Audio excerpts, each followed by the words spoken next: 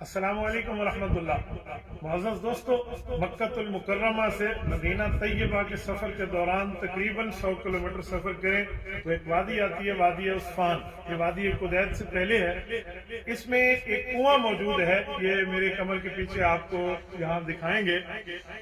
یہ کنواں ہے جسے بئر رسول بھی کہتے ہیں اور موجم الاسری میں ہے اسے بئر طفلہ بھی کہتے ہیں۔ اس کنویں کی ایک تاریخ ہے۔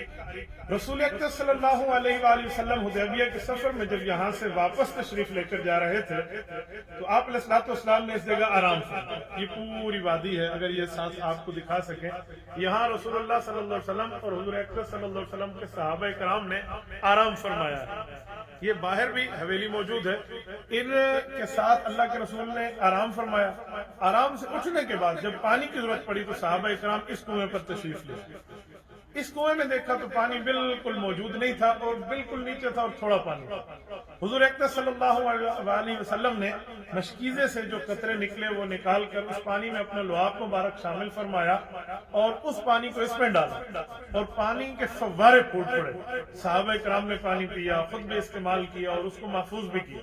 یہ وہ مقدس پانی ہے جس پانی کے اندر رسول اللہ صلی اللہ علیہ وسلم کا لعاب مبارک شامل ہے۔ ہمارے مدینہ منورہ کے میزبان بھائی محمد احمد صاحب ہمارے ساتھ تشریف فرما ہے۔ میں ان کی خدمت میں کہوں گا کہ وہاں سے پانی بھی نکالیں، ہمیں بھی پلائیں اور آپ کو بھی زیارت کرائیں۔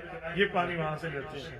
اللہ رب العزت کرم اور فضل فرمائے، اللہ پاک ہر مسلمان کو یہاں لائے۔ ایسا مقدس پانی، ایسا معمر پانی، بابرکت پانی اللہ ہر مسلمان کو عطا فرمائے اور نصیب فرمائے۔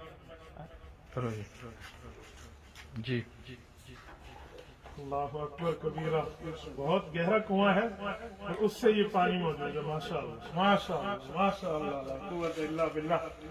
یہ پانی رسول اللہ صلی اللہ علیہ وآلہ وسلم کے لعاب مبارک والا، یہ دیکھیں آج تک یہ کنواں جاری اور ساری ہے۔ اس کے ساتھ ایک واقعہ تھا جو رسول اللہ صلی اللہ علیہ وسلم کی انگلیوں سے پانی نکلا تھا۔ اس پر بھی ایک شاعر کا شعر ہے کہ وہ تو صحرا میں پیاسوں کو پلا دیتے ہیں پانی، میرے نبی کی انگلیوں میں سمندر رقص کرتا ہے۔ تو اللہ رب العزت نے یہ چیزیں ہمارے پیغمبر صلی اللہ علیہ وسلم کے معجزات کو محفوظ رکھی۔